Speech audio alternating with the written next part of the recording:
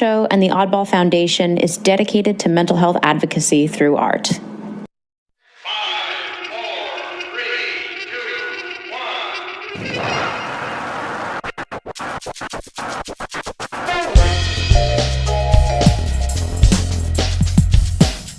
Oddball Show features content intended for mature audiences. If you'd like to view a content warning before listening, please check out the episode description. The views put forth by our hosts and our guest reflect the speaker's opinions and not the official stance of Oddball Foundation. Thanks for listening. We hope you enjoy the show.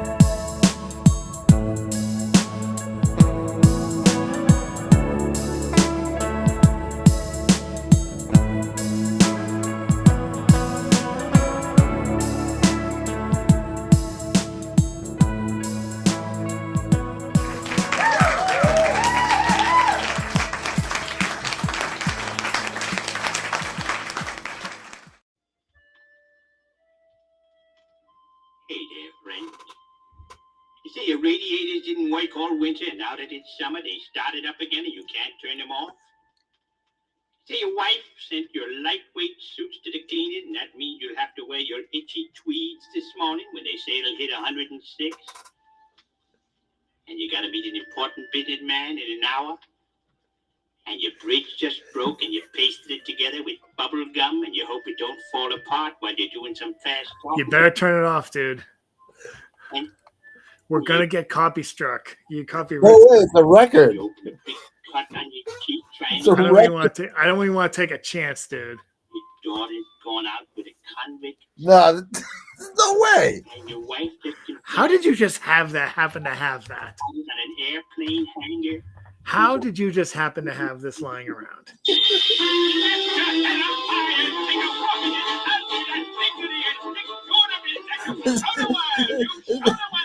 Show the world. You never give up. You never give up.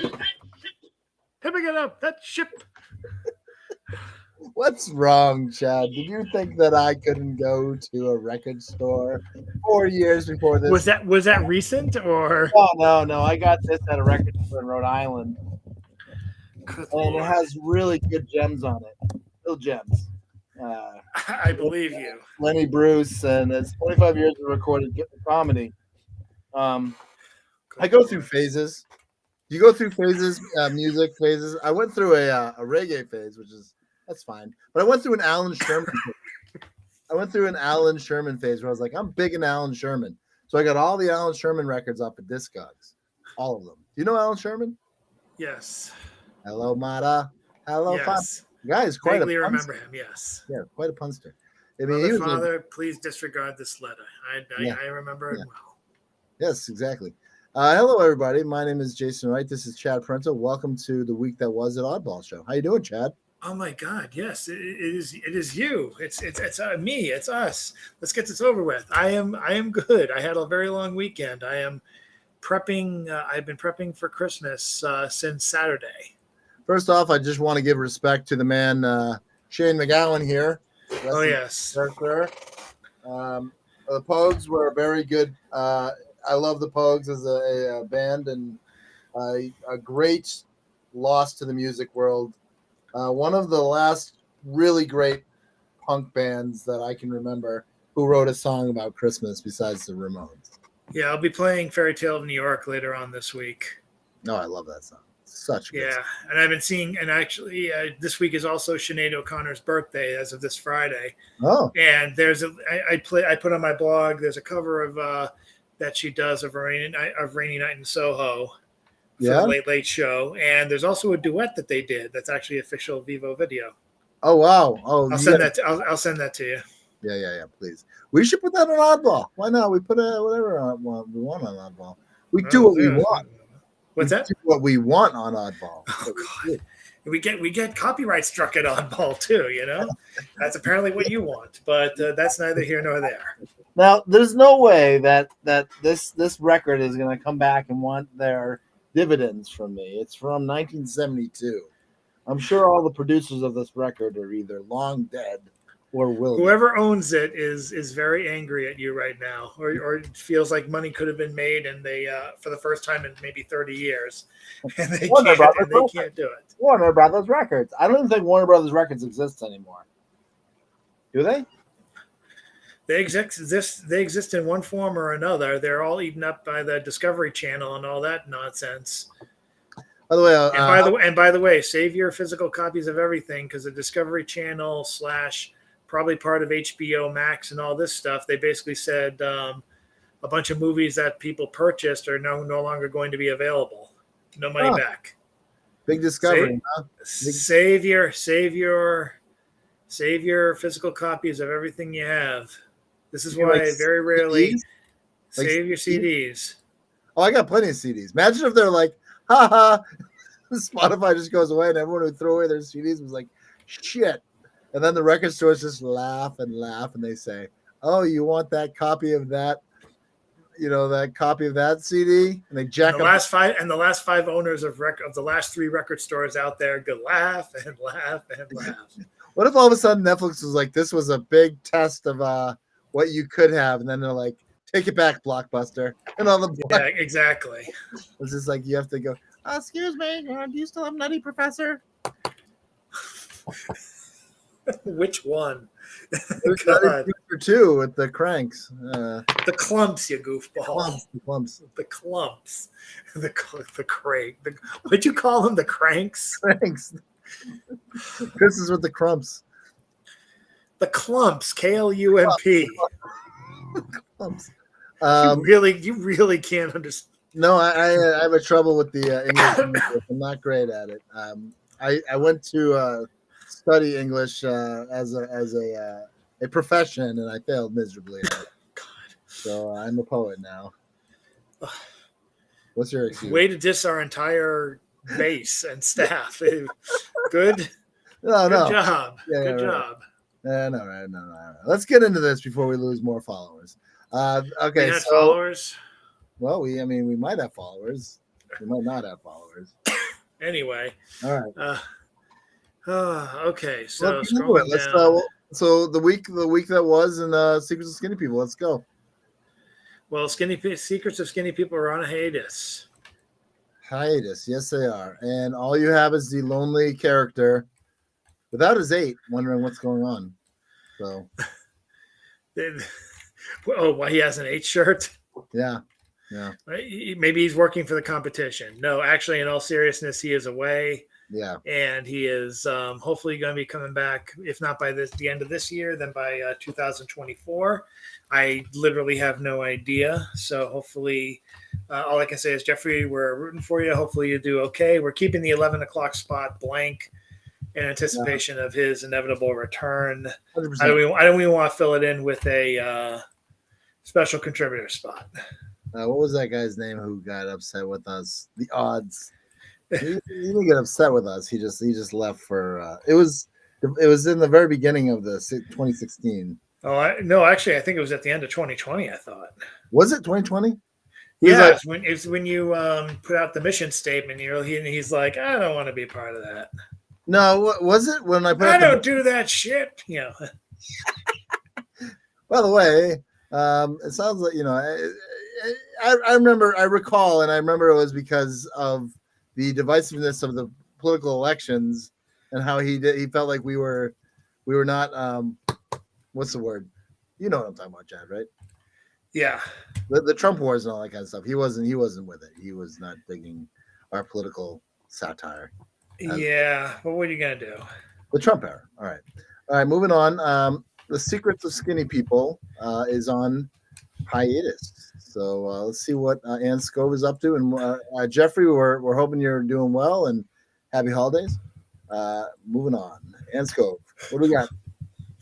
This is the latest She Who Laughs Last. Oh. This is called Still Here. Kind of, it's post Thanksgiving commentary on colonialization and such. And there's there's at least 2 references there, or at least 1 reference, I should say, to Alcatraz. Mm-hmm. Have you ever been to Alcatraz? Why would you assume that I've been to Alcatraz? because it's a tourist attraction in California. You goofball. Don't you have to like take a boat to it? Yeah, you do. I've never been to San Francisco. Is that where it is? San Francisco? Yeah, I went to San Francisco twice. I did a tour twice. Once by myself back in 97, 98. No, maybe it was 97. But also, again, with Margaret and Molly. Wow. And we ended up, and it was interesting both counts. And there is a little part of graffiti because a Native American group took over the island at one point and just occupied it. And it's there's still graffiti that says Indian land from their occupation time there. Oh wow! Yeah. So this is a cool piece right here. This is interesting. Home of the free Indian land, peace and freedom. Welcome. So was this Alcatraz right here? Is that what this is supposed to be? The one on the right is definitely Alcatraz. I don't remember the still here being there, but it very well could be.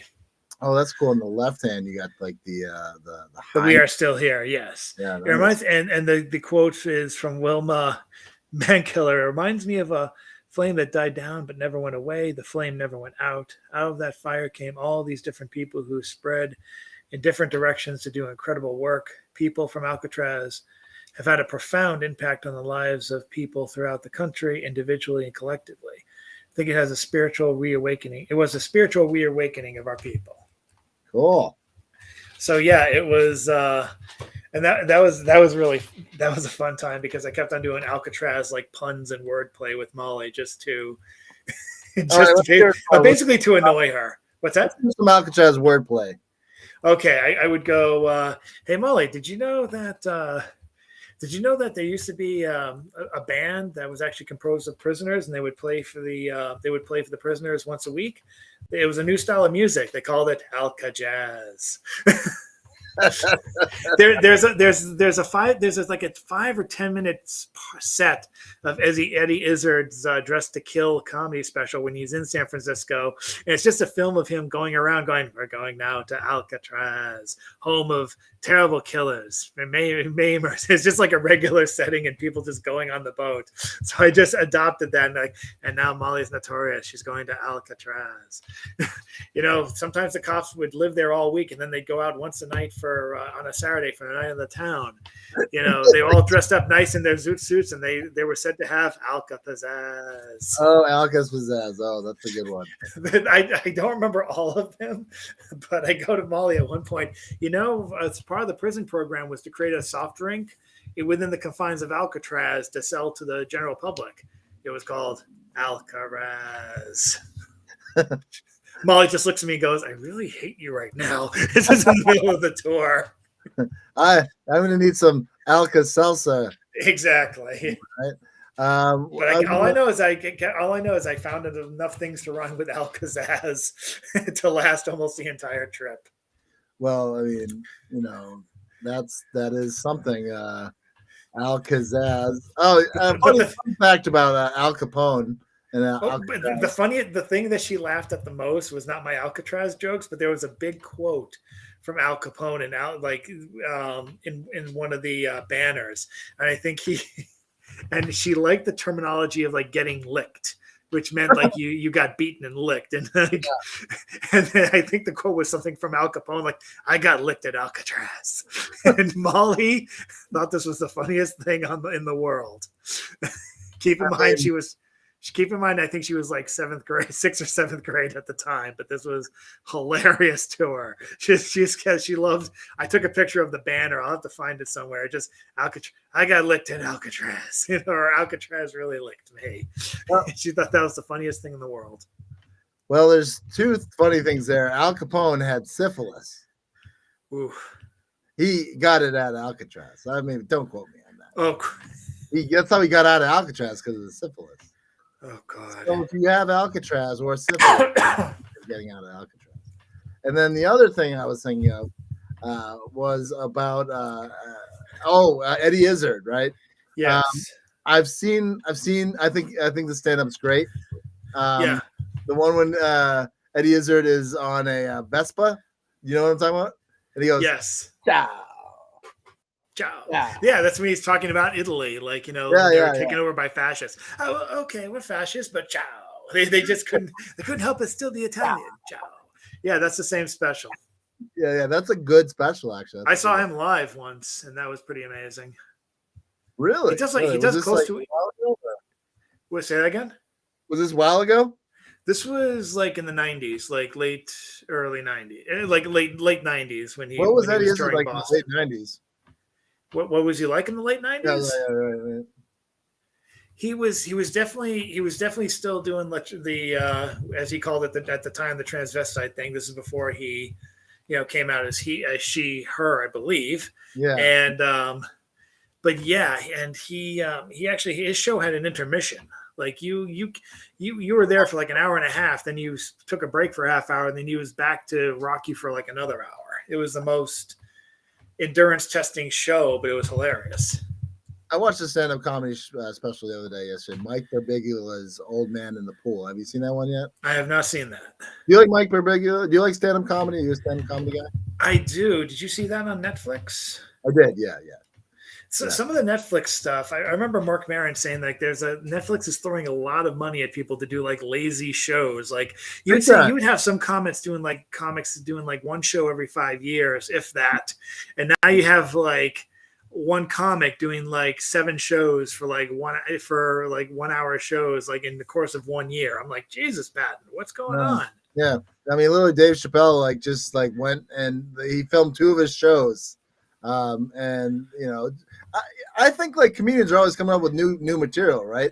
So he's like, all right, come to Texas with me and we'll do a show. Come to Boston with me and we'll do a show. And then it's crazy because like you in the old days, stand-up comics would like perform that and perfect that over the year. That's what George Carlin used to do.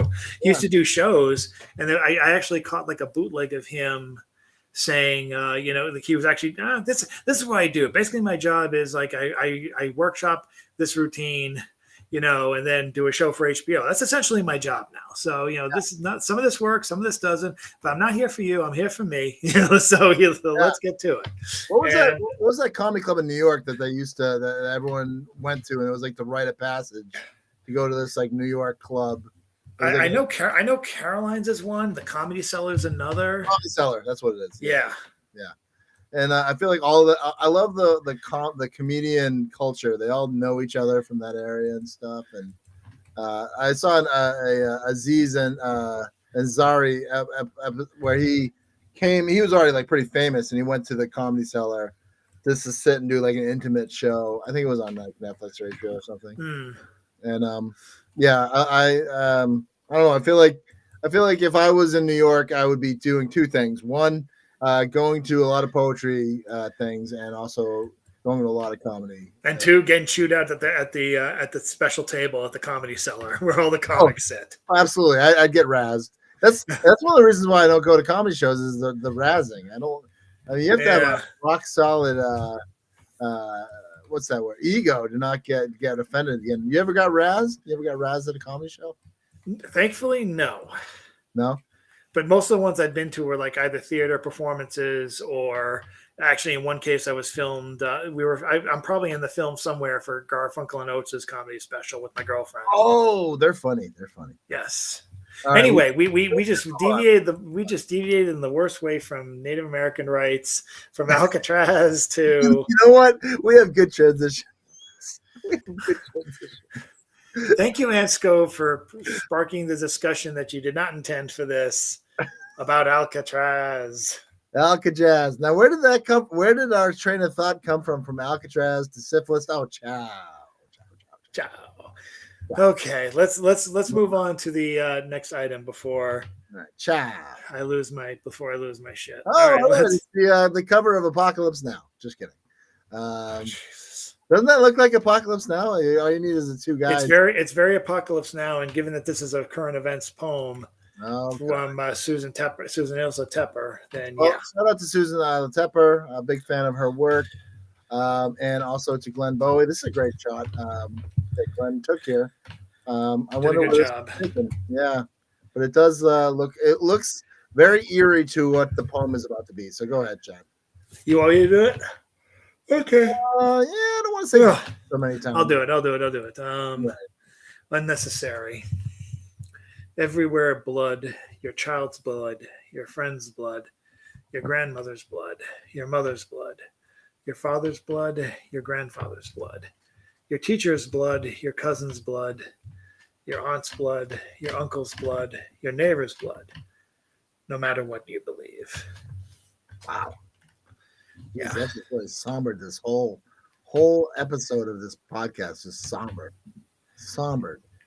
You know, Yeah, like- no more Eddie Izzard references. Yeah. Geez, no more Eddie Izzard reference here. Yeah. Man. Sorry, Eddie Izzard. Ciao. No more of that. Yeah. But We thank you just lost a listener. We just lost a listener in Eddie Izzard. Oh, boy. He probably was the only listener, but we can't. Ciao. We can't. Ciao, exactly. Ciao and bye. But holy crap. Anyway, let us. Really, this is obviously a commentary on the war, right? Currently, I would say so on the current Israeli-Palestinian crisis. Whew. Yes. Jeez, man. And calling it crisis might be and then the service, but that's what I'm calling it now. What are you calling it? I just called it the crisis at this point. Yeah, that sounds good.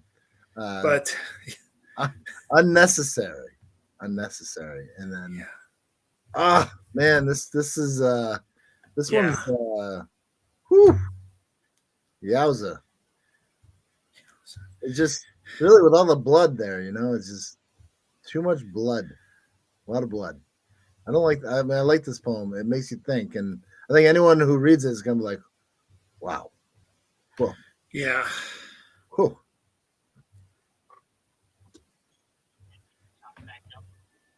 And your paychecks all blurred. Okay, turn it off. Don't even go there. Just trying to lighten the mood because that was woof. Well, we can go to the Oddball Comic Spotlight. Yeah, Mike Salva's back and he's always good for a laugh. Yeah, we got some more people coming in for Oddball Comics. I'm returning at least one new guy who's pretty enthusiastic. So Speak, friend, and enter. please include at least one uppercase letter, one lowercase letter, one number, and one special character. Madlock 123 exclamation point underscore. Yeah. Right? No one ever uses a question mark or anything. There's always Too obvious. yeah. The exclamation point is what people use. Let's just call it. People use it. Yes. People use the the question mark at the end. I mean the what other ones are there? You think you're gonna use a euro sign? You don't have time for that. All right. This is Most really people don't know how to type it to use it quickly enough. what if you're like you have to enter a special character to use a long dash. Now that would screw up any hacker if your long dash was one of your letters of the password. That would be a great idea if you didn't announce it to the entire fucking online universe. Now everyone's going to do it, and there's going to be 20 more hacks. Oh, great. Good job. That was a shout out to Mike Salva. Thanks so much for this contribution. It made me laugh. Yeah, that was really good. And I don't know if you did that on purpose after the last piece, but that is a really good showmanship. Well, thank you. I will take full credit for that. Does he know H. John Benjamin? That guy, we actually talked about that whole thing last time. How he knows all these people, right? He's an animator, so that makes sense. So he probably has done like Bob's Burgers or something. We can have him over next time. Have him over for a nice chat. Exactly. Mike Salva is an animator who was born and raised in New York, but lives in Nashville, Tennessee now because he hates yelling. Mike has animated projects with actors including Bob Balaban, Alec Baldwin. I hope he was safe. H. John Benjamin, Jonathan Katz, Maria Bamford, Toddy Berry. I hope he was safe. The almighty hell is wrong with you. I hope he was safe. I just hope that they all had fun. Well, clearly he's safe enough to still be doing this. So maybe he moved to Tennessee because he wanted to run from the showmanship of the Baldwin. The good news is you're fired, Jason. Let's go to the let's go to the next poem. Happy birthday. Let's get sued. All right. Bad news is you have 1 minute. That's right, 1 minute to earn your job back, starting with the next poem. Poem by Greg Maxwell Parker. All right, here we go. We got some great art photography from. You want me to do this one in all seriousness? No. Come on. You did the blood one. I'll do this one. All right. Poem by Greg Maxwell Parker. Where was that? Is that I don't know. Does that look like where do you think that is? I can tell you. I'm not 100%. I know where that is, but I can't remember. I believe it's somewhere in Somerville, but I can't remember now. We'll just call it Bukowski's. Have you ever been there? I have been there, actually. Yeah, that place is great. Photography, Edward S. Galt. For the last time, do not, under any circumstances, tell my achy, breaky heart. Do you remember, Chad, like three weeks ago when we were reading that really funny poem about 31 things that the lady didn't like about Halloween or whatever? Yes. That was hilarious. Rose Jertson. Teresa Rose Jertson. Yes, that was so funny. My dearest Mademoiselle, though I am saddened at the disillusion of our. All right, for the last time, do not, under any circumstance, tell my achy, breaky heart. My dearest Mademoiselle, though I am saddened at the dissolution of our relationship, I understand that it was time for us to sever ties and pursue other partners in matters of romance and coitus. I shall cherish the memories of our time together and have attempted to bid you farewell on the fondest of terms. I thought we had come to an understanding as to how best to proceed, but perhaps certain boundaries were not made clear, which is why I'm writing this day to make my feelings known. As I thought I had explained to you when we parted, in order for this situation to avoid turning unpleasant, you are hereby asked not under any circumstance to relay this information to my achy, breaky heart. I have granted my approval for you to tell the world, if you wish, that you never was my girl, which I believe was more than fair. I also gave my approval to the notion that you burn my clothes when I'm gone, tell your friends what a fool I've been, and laugh and joke about me on the farm. I can't imagine most suitors would permit these actions upon the end of an understanding between two civilized people. Oh, I should read this, but I won't. It's just a really funny letter.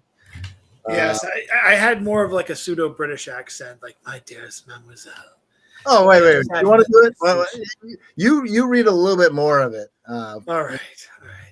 Here we go. This is a better read.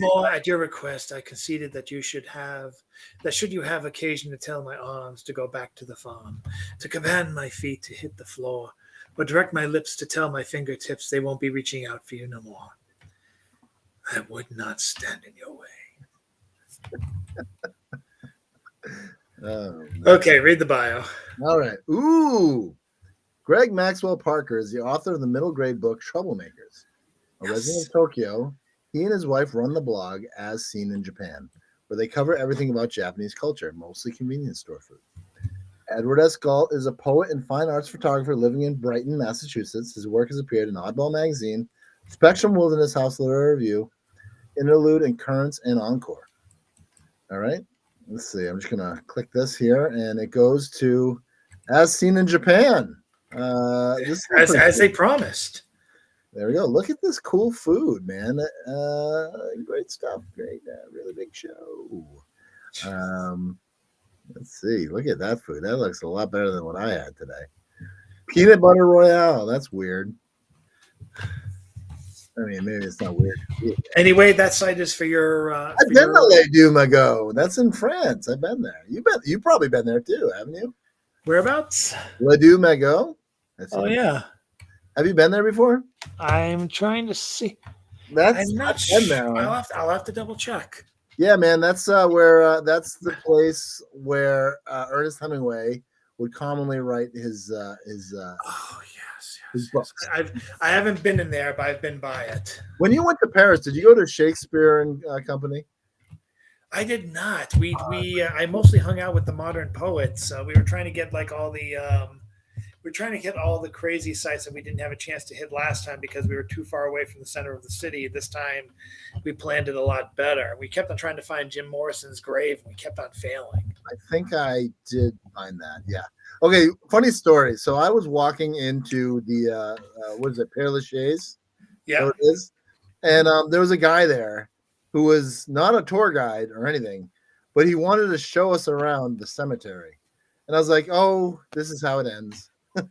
This is how it goes. This is what's going to happen to me. So anyway, this guy really knew this cemetery very well. I believe And you. he knew like the paths, how to get to Chopin, which was cool. I saw Chopin's grave, Edith Piaf, Rodin, and Jim Morrison. And he just was like walking through grave sites, like he was like, like hurtling over graves. Like he really knew what he was doing, and he didn't kill me. So that's a win. That is indeed a win. In my book, if I don't die, that's a good day. Jagged Thought 504, rewind me. Go, Jason. Good Lord. Mental illness does not define me. Bought and sold like sickness behind me. Like mental slavery, untie me. Let me see the ocean. Let me rewind me. What was the impetus behind this simple one? Well, I don't know. I was thinking like I'm just gonna kind of make this a simple poem, use as little words as possible, and try and kind of like get a point across that is, brevity is. I was trying to be brief, So, but I thought I don't want to waste any time. words are like currency, Chad. And I was broke. Oh, God. No, but like honestly, I don't know. I think that. By the way, am I close to re-upping? Am I supposed to give you some more poems pretty soon? I'll let you know. I think there's at least a couple more left, but I promise to let you know. So, I mean, obviously, this poem is about like rewinding back time to when I wasn't so on the mental illness vibe of life. So mental slavery, untie me. Let me see the ocean. Let me rewind me. There were parts of my life pre meds that were nice that I remember. One I can clearly remember as being a kid and going to the Cape Cod and feeling it was like summertime and it was like different and there was a certain sense of everything's gonna be okay. Really big show. All right. I appreciate that explanation. Oh, I appreciate that you appreciate that. You're appreciated that you appreciate what I appreciated. Okay, ciao. Let's move on. Don't that press was the video. The space-time continuum will explode, Marty. Jesus Christ. Exactly. So that was Oddball Show Presents the week that was for November 20th. That was basically a summarization of what happened. That was really good. We were talking about the Tauntauns. Yes. In the Bridgewater State Triangle. And then I was playing sound effects like this. Oh my God. Wait, like this. All right, anyway. All right, so here's a rose. A rose, but a rose of any other name is a rose. The seamless transitions just are killing me, sir. They kill me. You're killed. They shoot me dead, sir. Wait. Can we stop this transition real quick to say that you made a casual announcement that your Henry Kissinger TikTok made over 10,000 views? It's now 11,500. Holy crap. And now I have to hide. It's insane. What does it feel like to be an influencer, Chad? How do you feel? I'm a semi-influencer at best, and I'm glad I topped off at 11.5 because I already feel like nothing I make is gonna even get close to that. My next thing's gonna probably make like 25. I'm screwed. Like if you look at my profile, it's like pathetic. Like it's like 11,500 for the most recent one, and then 238, 254, 109. Yeah. And I'm like, oh God. Yours are good though. I like watching yours. Yours are great. Well, I appreciate it.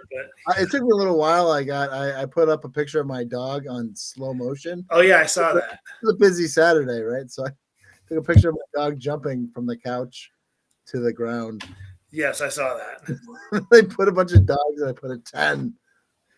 And that was that did not get 10,000 views, sadly enough. Really big shoe.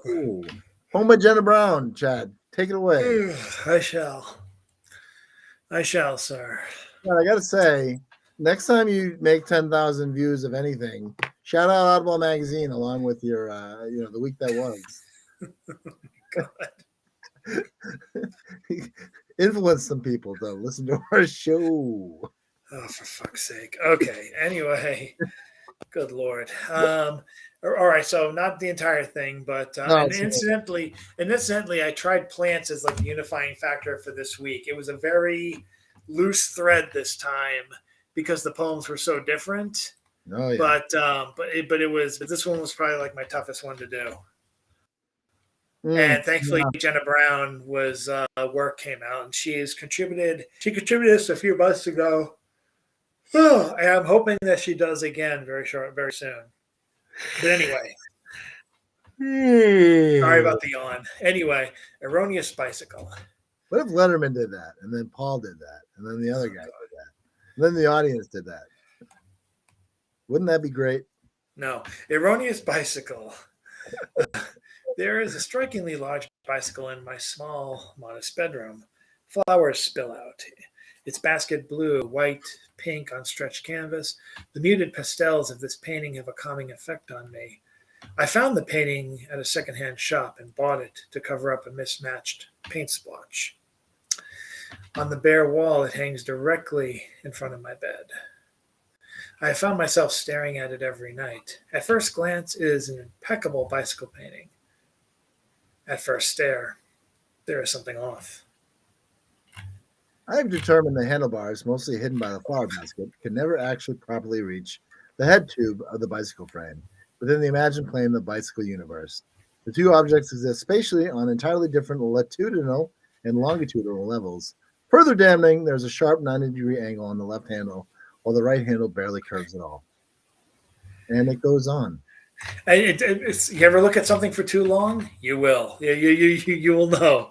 No, I appreciate the imagery in this poem, and Jenna Brown seems to is a good talent to have. I'm glad we got her in here. And Yep. Eman Zahid is the photographer. She has contributed poetry and photography. I took the photo first. Hopefully, their writing will be with us very as soon as possible. I meant to press the wrong button. What'd you press the wrong button for? Oh, I meant to press the clap button. I pressed the laughter button. Oh, I didn't even hear that. Yeah, they're really low today. Thank God I'm drowning you out. Let's go to. Wait, hold on. Let's you can do the bios. Okay. Let's give these people their flowers. Jenna Brown is an artist, designer, and writer based in Portland, Oregon. She enjoys writing to clear her mind. Her favorite place to write is sitting on a thrift store blanket while overlooking the ocean. Funny enough, that's my exact place to write too. Eman Zahid, I love writing English poetry. I have published my poetry in 3 books, exploring different things and doing something interesting in my hobby. I believe in hard work and being dedicated. I also believe in hard work and being dedicated. These two are cut from the same cloth, and that's why I appreciate this poem so much. Now, here's the thing, Chad. Yes, sir. I noticed that you used a flower because of the flower references, and I like that. Yeah. But one thing I was going to say is there's a lot of humor in this week's episode of Oddball Magazine. It's been like a good week. Even if off-kilter humor. And, of course, the poem. Well, the blood poem was a little unsettling. The blood poem was a little. Couldn't know without the blood. Anyway. Poem by C.L. Bledsoe. I see what you did there, Chad. I don't know if you did that on purpose. Bled. Anyway, Big Autumn Bull Thistle, Julian Powers. Chad, shoot. Shout out to Julian Powers, Stone Soup regular. And come to Stone Soup this Wednesday for Mr. Gary Dewar. Oh, yeah. Hey, how was last week? Dan Provost, right? How was Dan that? Provost did a really good job. Definitely grab any of his 2 books, which are linked on most of the Facebook links to his reading from via YouTube. And if you are listening to this the week that was, and we really hope you are, and check out Chad's Stone Soup. It is Chad. Do you remember that one time that we were Zoom bombed in the very beginning of Stone Soups on Zoom? That was I saw things I cannot unsee. and people did things to me that cannot be undone. But that will now bespoke apocalypse. Talk about things I don't want to talk about. But anyway, please go to Chad Wednesday at 7:00 if you're listening, and you're listening right now live. Tomorrow, Wednesday at 7:00, join Chad's open mic and have a blast. Chad's a great host, and it's a lot of fun. Who's your host tomorrow? Who's your MC tomorrow? I mean, who's your really big show? Who's your speaker tomorrow? Who's your featured poet? That's Wednesday, and it's Gary Dorr. It only feels like it's Tuesday night because you've been talking so much. That's Wednesday, you jackass. Okay, all right. That's monster. Yeah. All right, go ahead. Okay. Okay. Where am I? Oh, yes. Poem by C.L. Bledsoe, returning contributor. I'd like flowers in the sky, falling to engulf traffic under the weight of their petals, flames in the Fortune 500 buildings and those they've bought. The sky is full of ashes. I like to pour them in my coffee for a little pep. The water taps keep going. We can shit in a bucket and empty it on Wall Street. Same for the politicians, the country singers. I'm just going to leave it there because that's one of my favorite phrases. There's a lot going on in this one, and Bledsoe, as per usual, does not disappoint. Definitely read the rest Great of the poem. Great poem. Yeah, I got to end that one on a high note. Yeah. You don't want to end with shit in a bucket and empty it on Wall Street, right? You want to have a little tact. I get it. Loan me a missile and I'll pay you back ASAP. C.L. Bledsoe has written a bunch of books you've never heard of. He plays in a band you've never heard of. He lives in Northern Virginia, which you've surely heard of, with his daughter who wishes she'd never heard of him. Oh, that's so great. What a great bio. Bio for the win. Julianne Powers is an artist, poet, and writer from the South Shore of Massachusetts.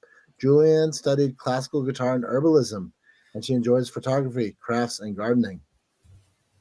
Chad, do you enjoy herbalism? Do I enjoy what? Herbalism. Herbalism? Yeah. Are you an herbalist? I only go as far as like herb, butter and herb Pringles, which were very big in the early '90s. You're not quite an herbalist. You're not. I'm a butter and herbalist. All right, this is pretty cool artwork though by Julianne Powers here. I know one of the more explosive ones that she's done. I'm hoping she stays with us in 2024. I'm gonna be emailing her and begging her for more artwork soon. Great artwork, yeah. Beautiful. All right. Beautiful. We are at that point where we are landing the plane. James Van Looy. We are landing the plane. Co-pilot. We are putting the wheels. We're sticking the wheels out. Yeah, we're about 20 miles out of San Francisco. You can see Alcatraz on the right. Okay, you can see Alcatraz. And Al Capone hanging out of it. I'm telling you, my Alcatraz wordplay was a lot more clever because how many things can you fucking like rhyme with Traz? I'll have to move on, you spaz. Oh God. I think I did call some. Yeah, apparently the bird was a real Alcaspaz. Yeah, I probably did that one. Alcaspaz. I kept it going for a while, but nothing topped. I got licked at Alcatraz. I got licked at Alcatraz. Yeah. But, you never know what the mind of a 13-year-old is going to think. What a weekend! I got licked at Alcatraz. They have a T-shirt that says "I got licked at Alcatraz" because they should. I might have to get that from Ollie. But, Merry Christmas! I got here's an "I got licked at Alcatraz." I think you're right. I think you were right. It's all right, now on to why not? Let's go on to what was I going to say? 512. Why not? Yeah, this is we were talking about a little bit of first Susan's poem being a little. This is going to be. Yeah, you can't. All right, why not? Why not? You can't believe anything they say, so why not just duck way down low and wait until a long night goes, so day, light, and the sun rises so slow ago. They bow right down to put their heads in the guillotine, waiting for someone to pull the lanyard for blade to descend down upon their own necks easily done. They roll across the floor of bitter time and lie there, looking up empty at us, all these vacant stares that almost rhyme with the cry, no ceasefire, at genocidal ball where they all dance that old war dance as babies die for lack of incubator's chance at life.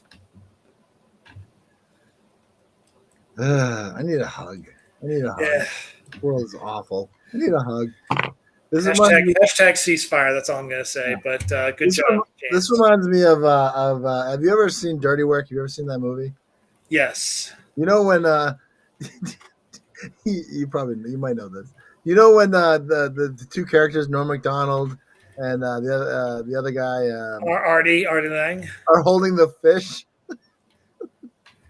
They're just holding they're holding the fish while there's a war going on behind them, and like he's like, oh, now you got the chainsaw. Oh, how are you using the chainsaw on me? And they're just holding the fish. That's what I felt like. I was holding the two fish while that poem was going on. Like, oh, bloody guillotine. Oh, that's nice. Yep. Anyway, I will. You have to see the reference. You have to really see the reference. Maybe it'll be post-edited in this. It is. Oh God, please don't. But or do. Now you're using the chainsaw on me. Oh, who has the grenade? Okay. Now let's have you read the Janet Cormier poem. Well, yeah, real quick though. Oh, but first, to promote the Christmas Wars. Yes, for Christmas anyone who Wars wants to is coming up. submit to our take on the war on Christmas, poetry, flash fiction, artwork, photography. I think we've gotten a little bit of everything so far. So far, the response has been our best yet in the few years I've been doing this. I think it's been 3 or 4 years now. It was a great idea to change from what was it, the 12 Days of Oddness to the Christmas Wars. Because it's really great. Because at the time when we did this 3 or 4 years ago, there was a very contentious war on Christmas. There still is to some degree, but it just seems to be. It's I don't know. I was thinking of I was almost thinking of retiring it this year, but then I thought I saw some of the culture things about, and there's a black Jesus who rides a wheelchair. Like it's like, okay, come on. Like I can't. And then you just decide to go, fuck you. It's like, yeah, it's the same conversation with your family where they're like, oh, what about that person who identifies as a cat and had to sleep on paper? I'm like, that was 3 years ago. I don't think that fucking person exists anymore. Or he was put out that night and then he never came back. Like, why are you still talking about the cat person? I've never even seen this on a legitimate news source. Is that a real story? Apparently, but I've never gone looking for it. Let's just say it's very bad when you have a relative who goes, I didn't get the source from Fox News. I got it from Newsmax. Oh, geez. Oh. Yeah, I don't watch Fox News. I watch Newsmax. I'm like, okay. But yeah, really. Oh, you're credible. So silly fucking me. But anyway, moving on. You. All right. But first of all, I'm not going to do that. Second of all, it's not fuck you. It's fuck you. Fuck you. It's the Sean Connery James Bond. Fuck you. If you were following us from last week, fuck you. Call for submissions. The Christmas Wars 2023. So if you want to read about why we're doing it, check out Stirring the Christmas Culture Wars, which is the link that Chad put in there. You can follow it. I'm afraid to click on it. Just afraid to click on that. Don't want to have that happening. Does anyone care about the false outrage at this point? Do even the manufacturers of this outrage care? Whether or not you do, the war on Christmas ceasefires ended early, as always, and the manufactured outrage will continue. Whether it will be on the imaginary front lines in the war on Christmas or staying in your bunker down home drinking hot chocolate until it's all over, we want to hear your voice again. So, yeah, check out. We've got some really good responses, and I'm very excited to lay out this lay out the week of Christmas. It's going to be. Now, also, if you have like traditional, like I love my family Christmas poems, please send them along too. That's the point of the war. We have gotten "Make Christmas Great Again" style prose pieces and stuff like that. So I'd be interested to see what people. Christmas great again. Don't go there. Jeez, then I'm a MCGA. I'm a McGaw person too. I want to make my Christmas great again. I want Santa to come down and dance down my fucking chimney. I don't want to worry about all this badness here. You know, it's a McGaw. It's a McGaw. It's almost like if only we can make the initials more like Shane McGowan, then we can go full circle. But we can't do it. Make Christmas an outrageous. I don't know, but we'll figure something out. But make Christmas great again. Don't go there. Oh, that's terrible. Oh, they aren't saying that, are they? See, I don't know. One person kind of said that in the first Christmas Wars ever. Oh, geez, I remember that actually. But basically, last year I contributed one piece to go with like a piece of artwork with Boris Sketchman, and I've said this recently. I'm so happy this is the first year I will not be contributing anything of writing to Oddball. That the team Oddball has picked up the ball, so to speak. Oh yeah, and we're gonna get some exciting stuff. And so far, this has been the best response to the Christmas War, so I'm very excited. And we're not doing it much later than we did it. The announcement. We're not doing it much earlier with the announcement than we did last year. So right on point there. I'm just saying, it's just like I don't know what the difference is, but it is. I think we're going to have an immersion of more poems, possibly because of this week that was. You know, some people will watch this thing. So you say. But anyway, let's. Anyway, I'm not going to badmouth. The logistics are crazy. You have no idea. People are listening all over the world right now. God. Eddie Izzard is listening right now, and he put in the chat. Eddie Izzard, ciao. Here we go. But Eddie, let's. Janet Cormier, bamboozled no more. Holiday season mantra. Yeah, but anyway, we are bamboozled no more. That's next. Let's have you read that. All right, you want me to read this? You want me to read the holiday season mantra? Or do you want? All right, I'll read it. Read this. Oh God, you can read this. Do you want me to read it? Okay, Jed, maybe you should take this into consideration. Go ahead, Jed. Jesus, yeah. Be patient with self and others. Be patient with self. And this is the holiday season mantra. It just says, be patient with self and others. Be patient with self and others. Be patient with self and others. Be patient with self and others. I almost wanted to break it in with like, get the fuck out of the way. You're not even patient enough to read the mantra. You have no mantra patience. I have no mantra. No, I'm like no mantra patience. Paul Krasner talks about a meditation center that had a late start, so they had to finish on time, but they had to condense the meditation. So they're speeding up a meditation process, like trying to rush through it. Okay, everyone think of a color. Think of green. Okay, we're gonna think of yellow. But all right. The light is entering your head. Now it's entering your eyes. Now exactly. Exactly. Be patient with self and others. Be patient with self and others. Yes. Be patient with self and others. Be patient with self and others. You're testing my patience. I'm trying to test your patience.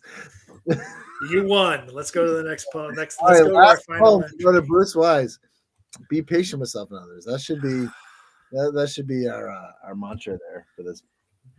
I didn't kill anyone today. My patience has been proven. Let's. There you go. Well, that's good. Well, be patient with self and others. All right. All right. Wise words with Bruce Wise. So now you got to pick here's where you pick your favorite poems, and it can't be a haiku, at least not. All right, fine. But I want to appreciate. Why don't you recite the Ghostly Spirit? Because that's going towards the holidays. Oh, of course. All right. Should I? Okay, here we go. I wish I had some Christmas music for this. He saw that ghostly spirit. Yeah, right, here we go. He saw that ghostly spirit rise up from its sleepy grave. Though glowing gorgeously, it was intangible and vague. Don't do Peter Griffin. Just keep going. Tingly figure come, like as a mighty animation rising from some muck. This was not Hamlet's father that he saw. It was too young. Diaphanous and beauteous, how could it come from gunk? It was not like Pym's vision. It was not that tall at all. Though as for that, it seemed much taller than a normal man. Though like an image seen by an ancient mariner, there was no angel pausing in nocturnal barren air. He tried to understand what message this phantasm brought, which seemed to come from far beyond the realms of earthly thought. How could this thing so insubstantial be alive and real?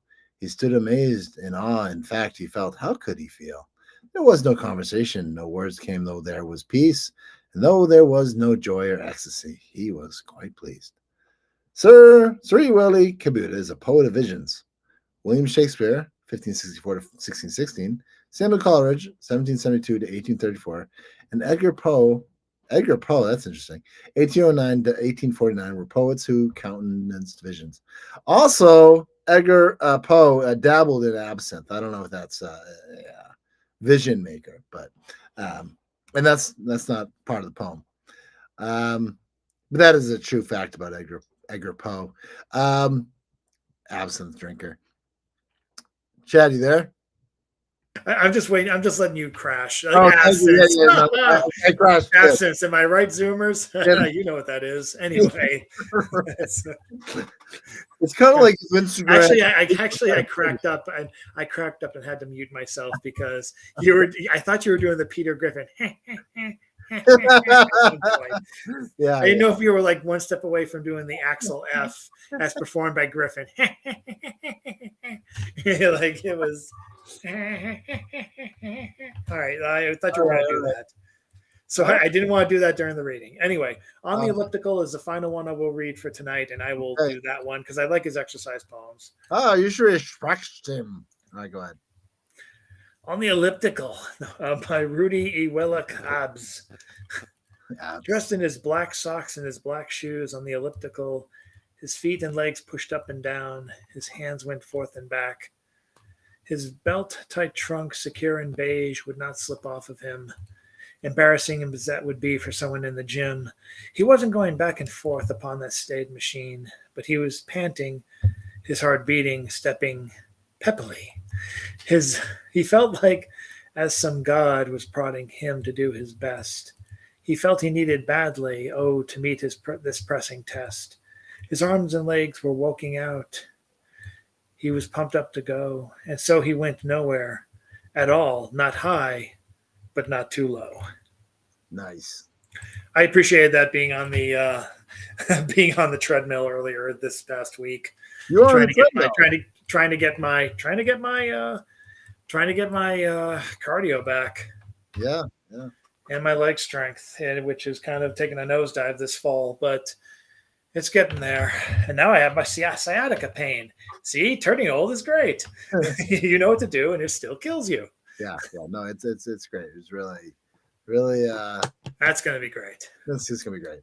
Well, Chad, it's another week that was, and I appreciate everyone at Oddball Magazine for being such good sports, while me and Chad just fuck around and then find out how few hits we get off of this thing. Like, by the way, and I do have to get going because when I positioned this table right before we started, I kept my plug away, so I only have a few more. I'm holding to life. I'm hanging by a hair. Well, don't go off the Alcatraz. It's okay. We'll let you go. I actually appreciate that one. I'll have to think of one more. I have to think of one more Alcatraz poems. One Alcatraz wordplay. Alcazammer. It was Alcazam. Let's see. Alcatraz. This was an Alcatraz tragedy. This was an Alcatraz tragedy. Alcatraz. But it all rhymed with Z. It was all like as. I was you Alcaspaz, but all right. Well, I'll think of more as I wake up. I'll be like, I'll finally remember. This is almost like, I was on the podcast, but I'm not anymore. This is this is over half a decade ago, so I have no clue. But I just remember Alcatraz licked me. I got licked at Alcatraz. All right. So you have your mission. Send us your stuff at Oddball Magazine for the Christmas Wars. And also just send your stuff to us in general. We are always happy to see your stuff. The deadline is, I believe, Sunday the 17th at midnight for the Christmas War. Send us your stuff. We got a lot of great stuff already. Hopefully, TJ Edson will supply the banner art, and we'll go from there. Submit And your I'll- art though as well. Yeah, and also in all seriousness, rest in peace, Shane McGowan, the Pogues, play Christmas in New York. What was that poem? Christmas in New York, right? Write your congressman for the ceasefire to continue in the Gaza, and take care of yourself. And if you can take care of one other person, you're doing better than a lot of us. Take care of yourself. Have a good night. Thank you. Good night, everybody. Okay, bye. Bye-bye. That was a good episode of the week that was. Sometimes I listen back, I'm like, was I that obnoxious? And then I'm like, I guess it is. I was that obnoxious. Hopefully, it wasn't that obnoxious this week. Maybe I was. Who knows? But in all seriousness, I hope you all have a great rest of your day, whatever you're doing. Embrace the holidays. They are a fun time. They really are. It's a very special time, especially if you have kids. My daughter is just 16 months old, and it's really great just to see her just waking up to this world of lights and Santa Claus and snow if we have some, and all like lights and house lights and Christmas books and stuff like that, and just the way that everyone acts a little bit different around Christmas time. So the holidays are a special time, whether it's whatever you celebrate. I feel like it's just a special time of year, more so than any other season. It really is. It's a place where also that New Year's, that chance to do better than you did the year before. So I hope you're all enjoying your life's 2023. For some people has been a dumpster fire. Some people has maybe been a good one. It is always kind of an interesting thing where someone might say, I had a great year, and someone say, I lost my father-in-law, and I, that kind of thing, or whatever it is. For me, I didn't have the best year, but New Year's coming. But the point is, right now in this moment, the holiday season is upon us, and definitely embrace it. Show that gratitude for what we have, what we can give to each other. So, we have a lot of fun and jokes at the week that was. I really appreciate me and Chad riffing. We riffed well together. We got riffed at Alcatraz. Chad won't listen to that, but that's pretty funny. Anyway, my name is Jason Wright. This has been the week that was. Oh, very interesting stuff coming up. I am going to be live in studio with a guest coming up in 2 weeks. So you will see that. That's coming in studio. We're going to start doing in studio stuff in January. So this has been the week that was. My name is Jason Wright. Read a book and be well. We'll see you soon. Bye-bye. Show and the Oddball Foundation is dedicated to mental health advocacy through art. 5, 4, 3, 2, 1.